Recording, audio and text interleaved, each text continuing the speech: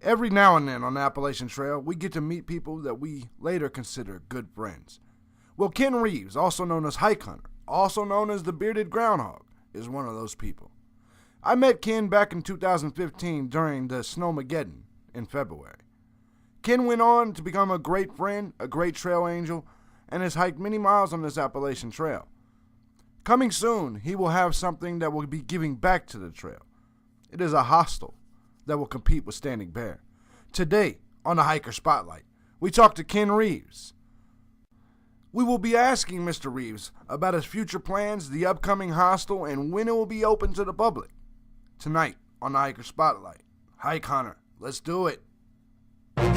This is Teardrop, and welcome to New to the Wild.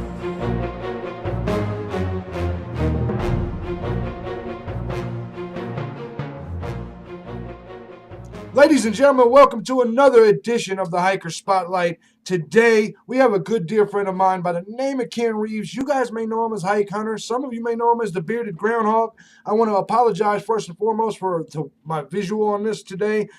I'm having a lot of technical difficulty, but the better looking of the two looks good. So how you doing today, Ken? Doing awesome. Absolutely. Doing awesome. It's Saturday, man. I appreciate you taking your weekend with me. Well, we've been trying to get this done for a while, so yeah, no shit. Let's get her done. Well, yeah, absolutely. So with everything being said, you've been a part of the hiking community for quite some time, both as a section hiker and a trail angel. You went out there and did some serious miles. My first question for you is how long you've been hiking? Well, I started back when I was in the Boy Scouts many moons ago. Did a little of that. Then got out of it and got back into it when I was in college, and then got married, had some family, got out of it again, got back into it again. I guess back in 2010, 2009, 2010, I started getting back to doing some more serious hiking. Absolutely, that definitely. Now I've known you as Hike Hunter for a long time. I'm curious about the origins of that trail name, but recently you've transitioned into the Bearded Groundhog. Is that correct? Kind of curious of the Yes. origins of both names. When I was in college, there was no internet, and so you had to go to the library to research anything. And I was always going and looking up places to go take a hike or go camping for a long weekend or something. And my roommate was always like, "Man, you're always hunting for a hike, and you're just a hike hunter," and it just kind of stuck. That was way back in the early '80s, and so that stuck. And then recently, as of October of 2016, bought some property in Tennessee, and it's on Groundhog Road. And so the hostel I'm going to build is going to be called the Bearded Groundhog. And so I've officially adopted that name as a trail name. It fits. I'm gonna starting this spring. I'm gonna start doing some serious work on it, and I'm gonna start video documenting it as I build it, and just build away. It's gonna take me probably about a year to build it. Absolutely. And when it comes to this hostel, because we're going to get into that later, no doubt about it, because there's a few questions I'm going to have about it. Now, you had told me how long you had been hiking. What actually got you into hiking? What made you say, hey, I kind of want to do this? Well, when I was in the Boy Scouts, I really liked going out and hiking and doing the camping and stuff. And then the time that I got back into it, I went to the last Boy Scout Jamboree on staff in 2010 at Fort A.P. Hill up there in Virginia near D.C. and stuff. And the guy that rode with me from the Dallas area up there, we gone a couple of days early because I'm also a Civil War buff. Excuse me. I wanted to go to see a couple of battlefields. Well, we kept crossing the AT, in places all through Virginia and up there, and I had known about the AT, but I didn't know about the AT. Yeah. Uh, and because I'd hiked parts of the Shenandoahs when I was a kid, and I'd hiked different little pieces of it and didn't realize that I'd done parts of the AT until actually 2010. I was like, oh, I've been section hiking the AT and didn't realize it, Yeah. and didn't realize that there was long distance hiking. Uh, because up till up till then, some of my longest hikes were only 3, maybe 4 days, uh, and stuff. So I started getting in that. I started planning a planned a trip with the Boy Scouts to go through the Smokies, and we did a 65-mile 4-day trip through the Smokies, and did a lot of it on the AT. Picked up some more information about the AT. Went and did a couple section hikes in and around Oklahoma and Texas to get geared up for it. Had to get rid of some of my old gear because the gear I had was, well, by today's standards, is like super heavy and old as the hill. I have an old frame backpack from uh, from the late '70s that the frame itself weighs almost 3 pounds and stuff. So I got new gear and stuff, and then finally in 2015, when I first met you, when I did that did that last hike Cold uh, times. Cold from times. Springer up there to 100. I actually did 138 miles from Springer up to Franklin. Right. Uh, is where I went uh, and stuff, and that was Snowmageddon and all that. Yeah. That was some cold times. It was. Absolutely. So that's kind of the history of it. I've done other parts of other trails Right. That's what I was going to in ask you Oregon, next. Washington, and stuff. That's what I was going to ask you next, is to elaborate a little bit on your hiking experience, your overall hiking experience. I know you've done sections of the AT and you consider yourself a section hiker. But outside of the AT or just any other hiking experience that you have, man, because you've been out there quite a Done the bit. Washita Trail, Oklahoma, Arkansas. Done parts of the Buffalo River Trail.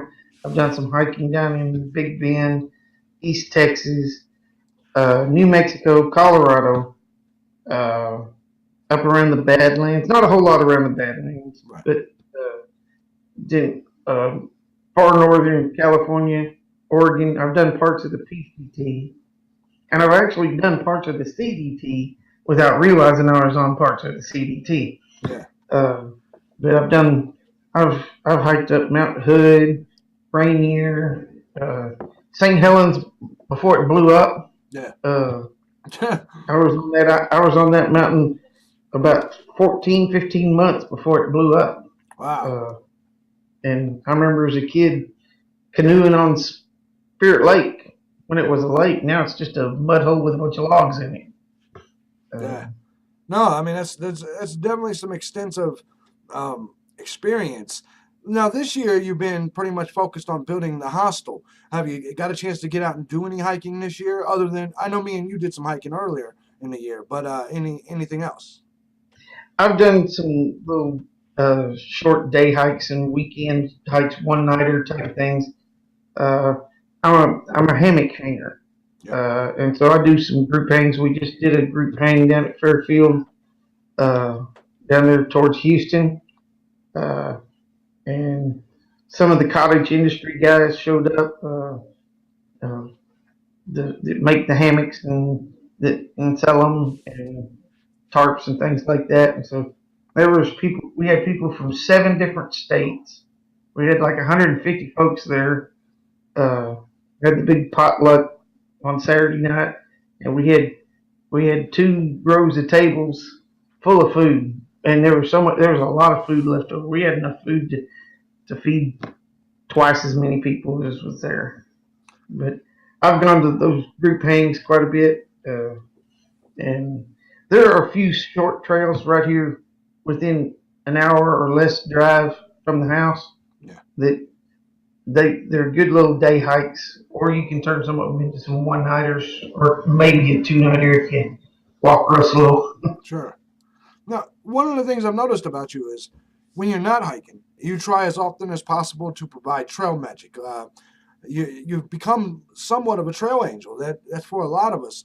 You've been there for me a couple of times, and what got you into that? I mean, because I'm gonna be as frank as honest. A lot of hikers tend to be unappreciative at times, but then you get the batch that are appreciative. What made you say, I want to start following hikers on YouTube and maybe helping them? Or I know this year me and you did some trail magic for them folks in Gatlinburg. Just Yeah. curious, man. What made you take that route? Well, back in 2010, I really started watching uh, YouTube hikers. There wasn't a whole lot Right. uh, back in 2010, and Loner was one of the first guys that started doing it. And so I started figuring out where he was and where he was going to be. And I sent him a personal message, say, "Hey, I'm going to send you a box with some stuff in it." And I sent it, ahead of him. And he got it. He actually did a video of him opening the box Yeah. and stuff. And he's like, he pulled things out and goes, "Oh man, I really needed this," and a couple of little items I put in there and stuff. And so ever since then, every season, I'll look at the hikers and I'll pick out a hiker and I'll send them something. I sent stuff to Fatherman Yeah. when Fatherman did it. I sent stuff to Dixie before Dixie got real popular, Yeah. I know what you're talking about. and um, I never could get in connection with the Black Latchin. I I was going actually to send it. I just sent him a message literally 15 minutes before this interview to try to set up an interview. And I tried to connect with him. He sent back a reply saying, "Man, I'm, he said I'm 3 or 4 days ahead of some of my videos." And I was like, I realized that, and I was trying to find something that he needed that I could send to him. One of the things I'll put in the packages is I'll put little glass cleaners in them, Mhm. and I'll put Q-tips, some things that most most people don't think about for a resupply Right. that come in handy. Not just like the Trail Angel stuff we did. We took resupply stuff. We didn't take just Cokes and donuts and things like some people We do. did. Well, we took some pretty nice barbecue and Yeah, food. well, yeah, we did. But Yeah. those guys worked for it Yeah. and stuff. I mean, 2 days from Fontana to Newfound Gap, that's hoofing it. Yeah. Yeah. They worked for it. We told them, and for the record, you guys, we told these people if you can make it to Newfound Gap in 2 days at this time, we'll have barbecue, hot barbecue. And they probably thought we were bullshitting. Would you agree? Oh yeah, as soon as they saw me down there at the bathroom, they were like, "Holy crap, you did tell us the truth." And I was like, "Well, come on up and get the barbecue." And they were totally freaked. Yeah. Uh, I felt and good. you remember who one of them was, don't you? He was he was a YouTuber. Am I right? Yeah. And he finished. Man, man, You, come on, you know his name. I can't remember it, man. Crazy Tree. Crazy Tree, of course. Yeah, because they did the videos with us. Yeah. That was when we was letting people grab all the extra Pasta supplies we have. and Yeah, thing. Yep. And stuff. And remember those other two guys? They weren't there, but for about 5 minutes, and they were like, "We don't have to go to Gatlinburg. right. We resupplied them." They said, "Man, we don't have. You saved us money. Yeah. We're gonna go on down the trail." Boom! They took off. Yeah, exactly, man. And I'll tell you what, it felt really good for us to be able to do that. I learned my lesson since then. There was a hiker that I'd sent 5 boxes in a row because I had some extras, and he took it upon himself to get upset because my Facebook political posts are not the same as his. And so he decided to become real unappreciative after I'd literally sent him 5 boxes in a row from the time I got off the trail all the way up to Irwin. And I was like, for the first time I got off the trail, I said, man, I can't. It's times like that where I regret doing trail magic. It makes me feel kind of like I shouldn't. But that Newfound Gap thing, made me. I don't know about you, but I had a hell of a time, man. I wish we could have done more. Oh yeah. Well, and because we didn't, and see that other gentleman had some trail magic, and he came over and put it in with ours. Yeah, Up there along the wall, yeah, and there he had he had donuts and some other stuff, yeah, uh, and and things like that. But then he saw what we were doing there with the resupply stuff, and because we had the wet ones, remember the wet yeah, ones, the little wet one packages I had, yeah. uh, and stuff. That was like gold to those girls. When those girls come up there, they were like, "Oh, thank God!" They just were like, "Oh, wet ones, thank you, thank you." They were so happy to see those. And we kind of went on a circuit. If you remember, we went to Amicalola, then we went to Neil's. Woody Gap. Then we went up to What do you Neil's get? Gap, and then we went to. It was a real cool weekend, man. I loved it Yeah, personally. there wasn't anybody at Amicalola because that was really kind of early. Yeah, That was like 2 weeks before the kickoff. that campsite was excellent, though. I loved it. I Oh loved yeah, it was. It was. Yeah, And then at Woody Gap, uh, those people that were on the track, the track thing. I kept trying to look them up, and I never did see them again. yeah. On No. Oh yeah, on talking about that, on the trek. Yeah, I remember them. so I don't Um, know what happened to them. yeah. Well, let me ask you, man. What's your favorite hiking moment? You've done a lot of hiking. Do you have a moment that sticks out in your mind where you say, "This is my favorite moment"? I guess my favorite moment was we went to a family reunion on the Oregon coast. This has been probably about 6, 7 years ago, Mhm. and I had my wife and my kids with me. And when we actually had the reunion in Eugene, and then we rented my mom, dad, and my brother and his family. We'd all rented a big house on the coast for a few days, and so we were making our way over there, and we on the way we stopped and hit all these little day hike things that would hike up uh, to waterfalls and stuff. Well, I got to hike up there with my kids and stuff, and they even though it was only like 1.3, 1.4 miles Yeah, up there, they got to see the waterfall. It's the second highest waterfall in Oregon, yeah. and stuff, and they enjoyed it. And that was even though it was just a little day hike, it's the one that I'll remember the rest of my life. I got some good pictures out of it, and so I have some other moments that I like and enjoy and will remember. Yeah. But that's my favorite one of all. Do you have a favorite hiking area? A favorite area you'd like to hike in that you could just keep going back over and over? I would have to say, believe it or not, the Smoky Mountains, even though it's got all kinds of restrictions, it's got trails all over it. And eventually, I want to do every trail in the Smoky Mountains. I've done a few of them, and because I can't remember, I think it's over 1,000. It's almost 1,000 miles worth of trails just in the Smoky Mountains. Dude, that low gap trail that me and you did to go up when we went to when Yeah, we that just makes did. Jacob's Ladder look like a cakewalk. Jesus Christ, man, that thing was.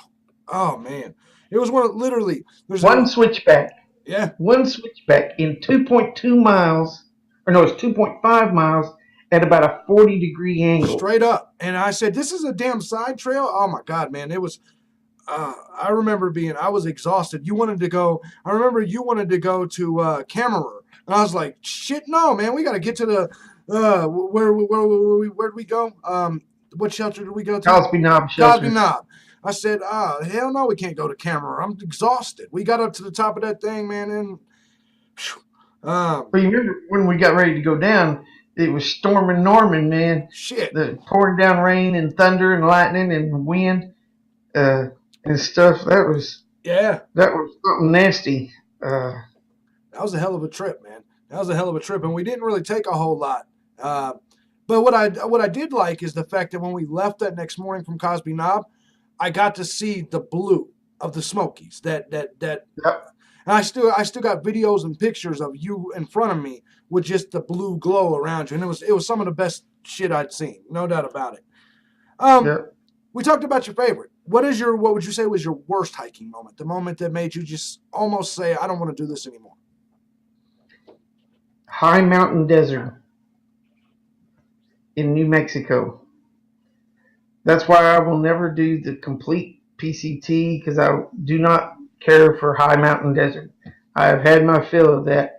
Getting water out of a cow Yeah. trough to drink because that's the only water that was around, and you gotta uh, you filter it and boil it, and it still tastes like cow crap and stuff. And it was just I just don't like high mountain desert. Yeah, Uh, yeah. That's one of the things about a PCT I'm nervous about is that water part. I don't know why I can drink out of a fucking cow trough. Excuse my language. on the PCT, that's where you're gonna have to get water on some of I those places. I know. Uh, It's Let me ask you though. Would you have a worst hiking area? An area that you you just said it. That was was that your worst hiking area or your worst hiking moment? Hiking area, worst hiking area. I'd have to say the worst hiking moment uh, really wasn't for me. It was for another guy. Uh, it was on a Boy Scout trip, and this gentleman was one of the adult leaders on there. Didn't know it at the time. As we were hiking down, we were on our last day. Well, he had kidney stones, Yeah. and he was in major pain, and he'd already been popping vitamin I like crazy. Well, I had a couple of pills left over from whenever I had some dental work done, and this was hydrocodone. Yeah. And he took one. Yeah, he took one of those hydrocodones, and he was still marching on and stuff. But the pain that he was going through, I didn't know about it until we got down to the vehicles and stuff that he had that going on. And I was like, dude, not only are your balls hurting, but they're made of steel because I would have probably curled up underneath some tree and said, just shoot me now. Yeah. I would have done the same. Um. I felt real bad for him because he didn't say anything. He just said, man, I'm hurting. And when we got down there when we got down to that railroad bed, which was an easy 2.5 walk back into, oh, it's there in the Smokies. I'll think of it here in a minute. The place with the synchronous fireflies. It's just west of Gatlinburg, and I'll think of it here in a minute. Fairmont. Okay. Uh, and stuff. But he he was a trooper, and that's the last backpacking trip he's been on. That was in 2011. Yeah. A question I wanted And to ask you, man, real quick. Now that I'm thinking about it in my head, this year, you got to actually meet two other people that are close to me, obviously, and both of us in some areas. You got to meet Loner, which I want to talk about that, and you got to meet. I actually went and saw him. Yeah. I'm excited. I want to hear about that story, but you also got to meet KV, and so I was happy to introduce KV to you because he seems to really take a liking to you. First and foremost, what are your thoughts on KV and his hikes and what he's got going on and him just in general? You got a chance to sit down with him. KV was cool. You know, I came and picked you guys up there at Klingman's, and took you guys to the cabin, helped you resupply and fed you some barbecue and stuff like that. And we Yes, had a sir. couple beers. A Uh, few beers, my KV, ass. KV's a real neat dude. Mhm. You know, you guys got to chill out in the hot tub for a little bit, Come on, man. You can't and be telling people that I was in the damn hot tub with another dude, man. Just come. but, hey man, you're nearly fully clothed, so That's what the right. hell? That's right. I was But wearing a sweater. and then, but then when I took y'all back up there, you know, it was snowing and it was closed down Yeah. and stuff. And then I got to watch some. I wish Katie would have put out some more videos than he did on y'all's little trip because I enjoyed those and stuff. And then I liked the videos you guys did together too. Those were pretty funny. We got some good stuff planned for this coming year. Yeah. But yeah, KV seemed to really take a liking to you. Now you got to meet Loner, man. You got to go help him with a book signing and film it, and you got to be there and hang out with him for a while. I got to meet him this year as well, so I was curious how that went. And what were your what did you take away from that? Well, I've kept in contact with him, since his hike and stuff every now and then, and I had to go. I was going to work on my cabin, go up there and do some stuff. Plus, I also had to go uh, referee a tournament Sure. and work a tournament not far from him. And so I told him, hey, I'm coming in the area. And he said, well, that's when I'm having my book signing. And I was like, okay, cool. I'll come to the book signing too. So I went up there, met him up there at the library where he had it, and helped him video it and take pictures and stuff. And got to meet him and his family and stuff, and had a good time with him. We stayed up chatting till like 1 o'clock in the morning about hiking and stuff, and Yeah. he wants to go do some more section hiking, and I was like, well, maybe we'll have to time it where we can Dude, do it again. if He we wants to go. He said something about going back to the Grayson Highlands, and I was yeah, like, yeah, we can go. We can go check out the ponies. dude, if we can time this where me and KV hit you and Loner, and we can all that would be epic. That would be great video making right there. That would be cool. To spend a couple of days uh, hiking right there, somewhere between maybe Newfound Gap and Hot Springs or Yeah. somewhere in there. Uh, I'd be even okay with going up to the Highlands, all of us. I'd take some time off the trail to go do that. or even up there, yeah, we could, Yeah, even if we can't get together until you guys make it towards that area, we could rescue you from Damascus. yeah, no shit, yeah, yeah. And I want to know your thoughts on that, man. You got to see. I know you paid attention. The owner of Hey Joe's. You got to see that incident. I was curious on your thoughts of that entire altercation with the young Jewish fella, just in general. What were your thoughts on that? Did it did it bother you to see that kind of activity on the trail or no? When I first heard it, I actually saw it on the news. I didn't see it on I didn't see it on online or anything like that. And I saw a snippet of the video and on the news, and they were talking about how these guys were yelling racial epithets and attacking this dude, and I was like, whoa, what? I was like, and that's the first thing I heard about it. I was like, man, this is nuts. Somebody was smoking crack or something. Yeah, And then I went and looked and found some other information about it and stuff, and found out what was going on about it. And you know, there's a guy that I kind of know that lives not too far outside of Damascus, and the town is really kind of divided sure. on what happened. A lot of them are saying this is crap. We don't need this crap around here, and then some of them were kind of like they don't like the idea that people are they want to get people away from thinking that this is a party town and that you can do whatever here and Well, stuff. So I don't there's know. two schools that Sure. bay there. I don't know if you got to see my interview with Craig, but Craig admitted freely that he went there to buy weed. He went there Yeah, to yeah. I saw the interview the other night and watched it and stuff, and I got some more information that I hadn't had. I didn't know that he had actually was going there to seek out, you know, some dope and stuff. But I, I've I've done several sections here in the last 3 4 years on the AT, and every time I have found someone that is doing a safety meeting, as they call it on the trail. watch out Um, now. Watch out. and well, see, I never heard that term until And yeah, oh, yeah. what about, I guess back in 2013, You 2014. talking about our First favorite? time I ever heard that term. You talking about our favorite YouTuber? Yeah, well, that was the first time I ever heard the term safety meeting Yeah. uh, and, We, and stuff. I'd heard other terms, because back in the early '80s it was called "Let's go camping." yeah. Yeah. I think we better stop on that one. Yeah. But anyways, because we have our opinions on it. Now, just a quick answer on this one. Now, another controversial topic that's came up in the hiking community this year: Stacy Cazell, PCT. Yes or no? Do you believe she did it or not? She couldn't have.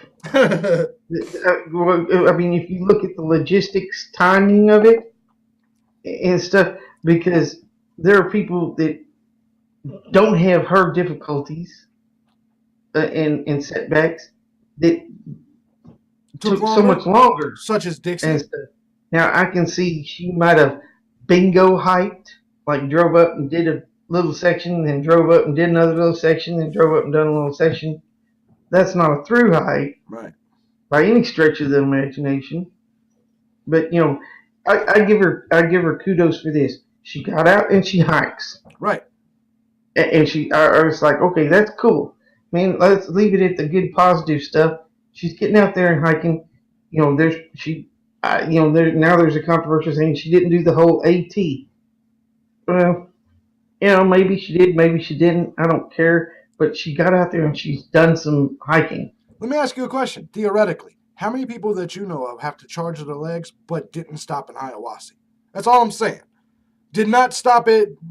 Bob didn't see her. Carrie didn't see her. Top of Georgia didn't see her. Hiawassee didn't see her. Where else would she have charged her legs in that region? Yeah, she could have gone down to Helen. I agree. There are a handful of hikers that will go down there. I would not suggest it unless you got Money. deep pockets. Yeah, Helen's a bitch. I've been that there. That place is expensive. Now they do have a great place though, man. That Big Daddy's Bar and Grill is excellent. But yeah, I'm with you. I understand. I'm sure you went over to the damn steakhouse. I know how you are with them steaks. Well, I went through there. I guess it was in 2013 with the family. Yeah. We drove through there. It was during the time when we were looking for property and stuff, and we stayed. I can't remember the name of the hotel. It was like one of the choice chains there in Helen. Yeah. And I knew it was a tourist trap town before I ever set foot in the place. But I was like, what the heck? We're kind of on vacation and stuff. And we ate down there at the river and stuff. And I was like, man, there's not a lot of hikers that come through here. If they do, they're going to spend a lot of their money. That's a wonderful transition into the next topic. What is your favorite, or what do you consider the best trail town? Town in general. Next will be Hostel, but I'd like to know just town in general. On the AT, I would have to say Trail Town, Irwin. I loved Irwin. Yeah, I agree. Irwin's got a lot of good things going for it. I mean, because you can stay right there close to the trail. You can get a ride pretty easy. You can even walk in and out of town. Yeah. In and out for supply. I mean, it's kind of far to go to the Walmart, but I mean, there's other grocery stores and stuff, so it's pretty easy town to get in and out of. Well, Uncle Johnny's also gives 2 free, them shuttles 3 times a day. So yeah. By the way, I want to thank you because, believe it or not, this man actually paid for my stays at Uncle Johnny's, and I thank you so much. I appreciate that trail magic without a doubt. Now, what is the best hostel in your mind? Because you're about to go into the hostel business. I'd like to know what you think is the best hostel because, obviously you're going into the hostel business. It's no longer a hostel down there in Georgia. It's sold. The one down there, the hiker hostel there in Dahlonega. It's gone now because the people that bought it turned it into a wine tasting. I don't know, some kind of weird thing, but they jacked the prices way up, and they don't cater to hikers anymore. So that was I actually stayed there one night, many moons ago, and it was awesome. And they had a great thing going there. I would say that was probably the best hostel I ever saw on the AT. But I haven't seen them all. I haven't seen anything north of the Shenandoahs, so I don't know. I can't speak to anything north of the Shenandoahs. Sure. No, I understand. Well, okay. Now, worst trail town that you've been to? That's a tie between Hiawassee and Damascus. Really? I can understand Damascus. Hiawassee, as hungry as you are by the time you get to see, me and KB agree All on right, that. they got great food. Yeah. Um, but they roll the streets up. Oh yes, at See, 5 as soon p.m., as the 6 sun goes p.m. down, boom, the streets are rolled up and stuff, and everything's closed. Excellent Even the point. gas stations. Yeah, excellent point. I tried to go get beer. I was staying at the Budget Inn one time, and I a little bit late tried to go get beer, and it was like 6 o'clock to go resupply And they the were beer. closed. Everything was closed. I said, "You're telling me I can't get no more beer? Oh man!" So I understand. Uh, Worst hostel. I've only stayed in 2 hostels per se that were real hostels because the hiker hostel I thought of it more as a bed and breakfast, so I'm not classifying it as a hostel really. Yeah. Um, Psst, psst.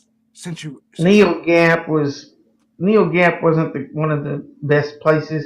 And that's because they really need to clean up the hostel down there. yeah Because when I was there, the pipes froze, yeah and I actually did a video. It was 41 degrees in the bunk room, I hated Neil's Gap.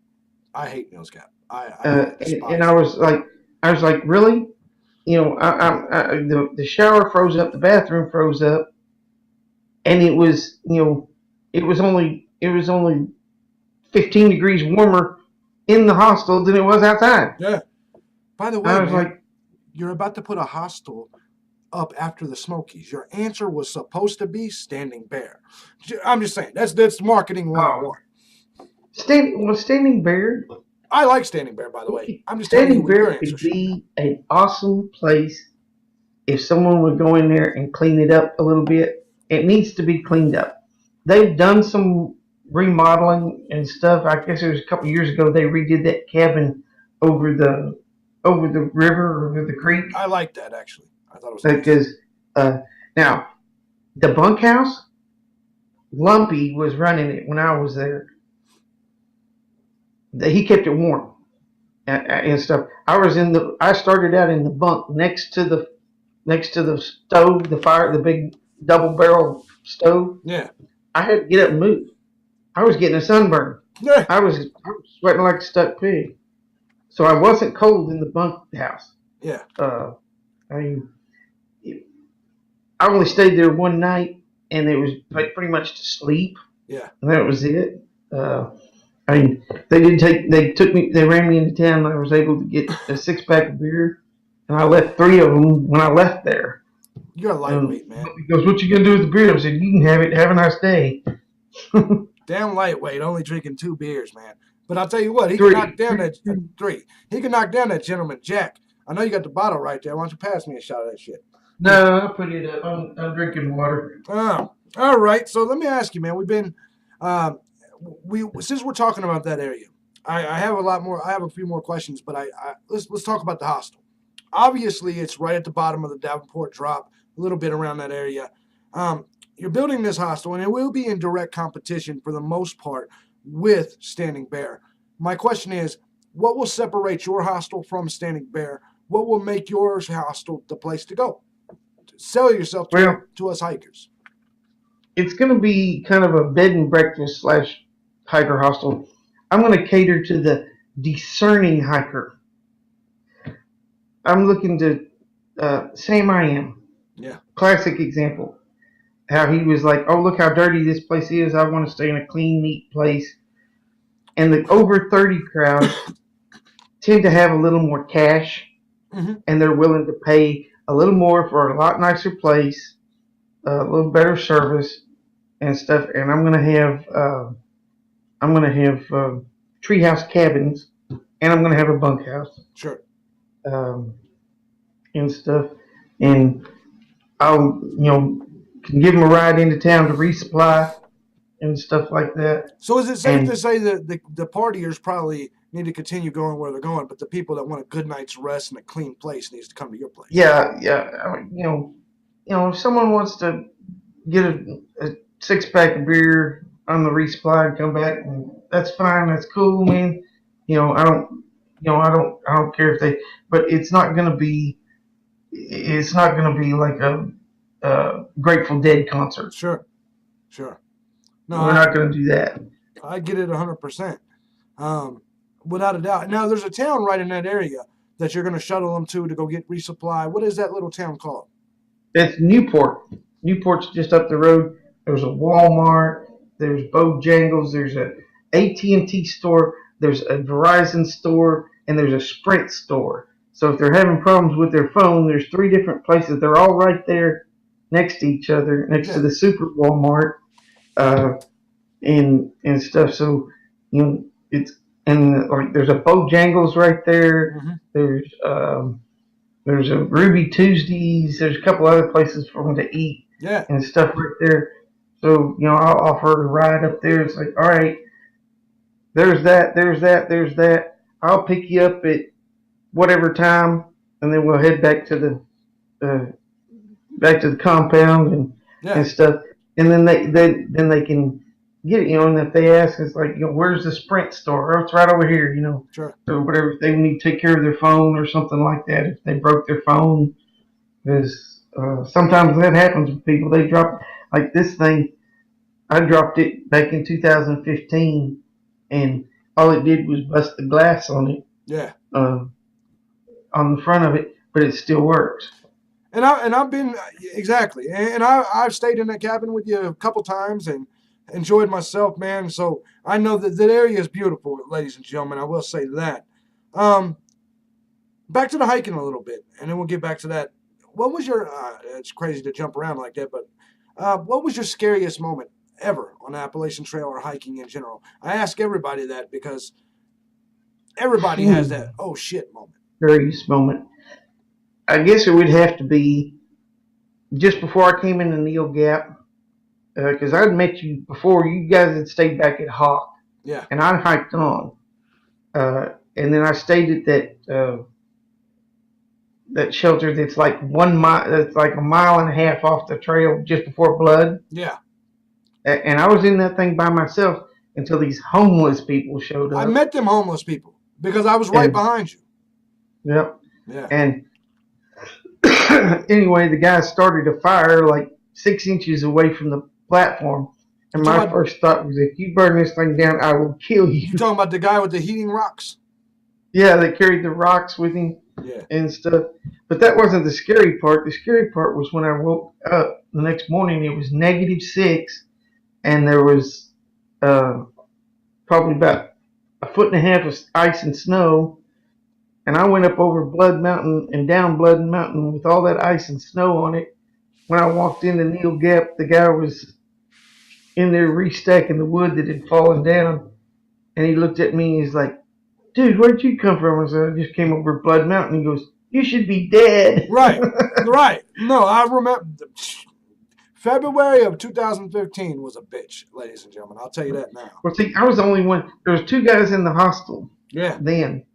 And then I showed up. And what funny is one of them was the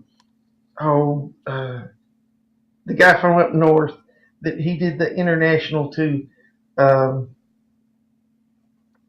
In 2015, he didn't actually start doing videos until after Neil Gap. I got a picture of him. Oh, you're talking about Gator. Gator, yeah, Gator Miller, because he was sleeping in the back. No one knew who he was. Yeah, he was back there in the back, and I didn't see him until he left the next morning, and nobody came in until that next afternoon. So I was there for a whole day and a half.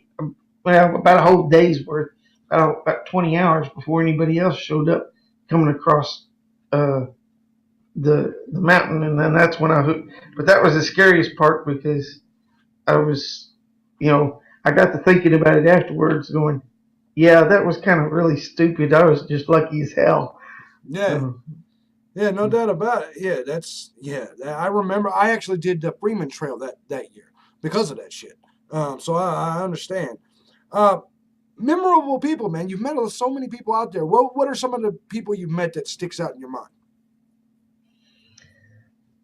There's a guy that from down in Florida. His trail name was Walk It Off. Mm-hmm.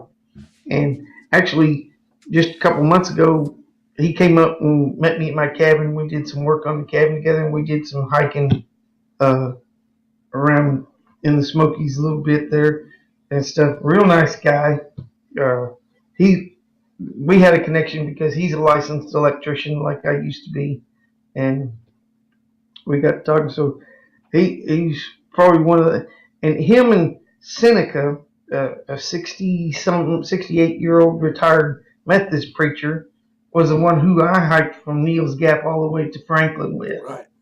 uh, and stuff. And he scared me sometimes. I thought he was going to fall down off a mountain a couple of times. Absolutely. Um, okay. Future plans. Do you plan on doing any more hiking? Oh yeah, yeah. I'm, I'm gonna try and get up there and do a section March, April. Hopefully with you guys is the next big one to do. Uh, I'll probably go on a couple of weekend hikes here between now and New Year's uh, at the local state parks and stuff. So obviously, the main future plan is to get this hostel going. When do you foresee the hostel being open to the public? Actually, I will probably kind of stealth open it within the next, probably in spring of 2019 or maybe late summer 2000, because there's plenty of places for people to set up a tent. Mm-hmm. I've got all that area down by the creek, nice soft grass and everything.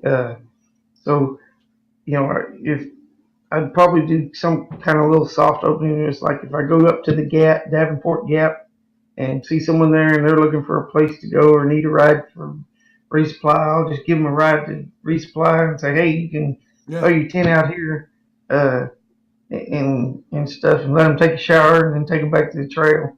Probably won't charge them anything, just do a couple of little freebie things like that just to start getting the word out. that's called promotion, sir. Yeah. Yeah, no doubt about it. Now, if these people want to find you, obviously you have a YouTube page. Where can these people find you online? Where would you like them to maybe find you? Is it the YouTube page? Tell these people where they can find Well, I've got a YouTube right now. It's Hike Hunter, but I'm gonna start pulling it back, and I'm gonna create a new one called the Bearded Groundhog, and I'm gonna start it whenever I start doing the construction of the hostel, and that's the first content that I'm gonna have on there is videos of me building roads, building a barn, putting in some infrastructure and things like that, and getting that built in and stuff to where it'll. I'm gonna probably have a series that'll probably run about a year, maybe a little longer. That's gonna be building a hostel you? Yeah, and stuff, and because there is not one out there, no, never has been, right. unless someone beats me to it here in the next couple of months. Yeah, and he's not bullshitting. He gave me a personal call almost 2 years ago, and told me this was his plan, but he hadn't bought the land yet. And I'll be damned. He ended up buying the land, and he's and it's a good piece of land. You kept your word, man. You kept to what your plan was, and I love it, man. Um, with all that said, man, what I like to do on these hiker spotlights, particularly at the end of it, what is one personal thing, not hiking related, that these people may not know about you? Just anything. Give me personal things. Just one personal thing. Um, It doesn't have to be deep, and it doesn't have to be. It doesn't have to be good shit. Yeah, I mean bad shit. You know what I'm saying? Just give us something. Tell us your favorite food. Tell us your favorite television show. Whatever. well, I am. I'm a rental property owner. I own apartments and stuff here in town and houses here in town, which are some of them are about to go up for sale, so I can use that money to fund the building of the hostel. There we go. Because I'm semi-retired now, and I plan within the next year to two to be retired from everything except for running a hostel. There we go. There we go. Man, and I'm excited about the opening of the Bearded Groundhog, and no doubt about it. As I've told you before, any help I can do can provide to get you going, just let me know. Any final words for these people maybe that just met you on here, just getting to know you, or the new class of hikers that's coming out here in 2018? Any final words? Well, when people need to relax in between their ears before they go on this hike, because I've seen it in Boy Scouts, adults, everything. When they get excited, they get worried, they start stressing themselves because they're excited, they're worried, they're like, do I have the right stuff? Am I gonna be able to do this? But just relax and go do. It's gonna happen. It's some of that hike your own hike deal. Uh, you know, find what works for you. Get out there. If you can only do 8 miles a day, do 8 miles a day. 10, 15, 20 miles will come later. They'll come if you want them to be there and stuff. Don't stress out about it. It's like, okay, and they need to think about making good decisions.